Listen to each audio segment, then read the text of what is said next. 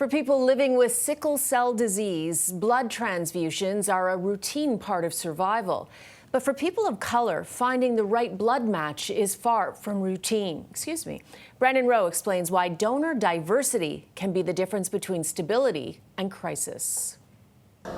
Sickle cell disease is a blood disorder inherited at birth. It causes red blood cells to become hard, sticky, and C-shaped, which can block blood flow and reduce oxygen delivery throughout the body. According to Health Canada, this can lead to episodes of severe pain, infection risk, and long-term organ damage. For many patients, the pain arrives without warning and often without visible signs. A very isolating experience. It might look perfectly fine to you, but inside, internally, it's like havoc. To reduce complications and manage symptoms, many patients like Gabriel Badejo depend on regular blood transfusions. Over time, repeated transfusions make finding compatible blood more difficult. The blood donations are life-saving, literally. That reality brought dozens of people to a downtown Toronto donor center Wednesday, where community members gathered not only to give blood, but to learn how donor diversity affects patient care. I think it's important for us as Black people to come out and donate blood as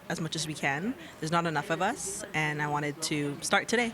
In Canada, sickle cell disease most commonly affects people of African, Caribbean, Middle Eastern, and South Asian descent. Canadian Blood Services says when compatible blood is unavailable, patients face a higher risk of transfusion reactions, delayed treatment, and long-term complications linked to immune responses.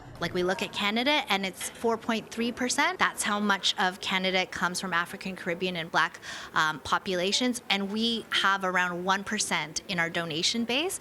We are on a mission to increase that 1%.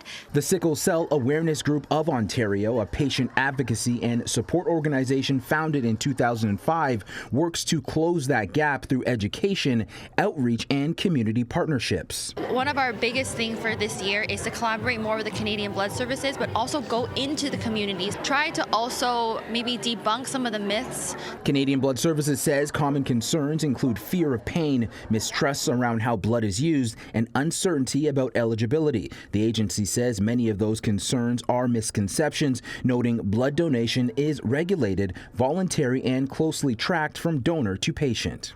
I get the stigmas and the hesitation. It's not just about the act of donating blood, it's about the act of supporting your community. Organizers say increasing donor diversity requires consistent participation beyond a single event. More community-led donor drives are planned throughout Black History Month and beyond. In Toronto, I'm Brandon Rowe for City News.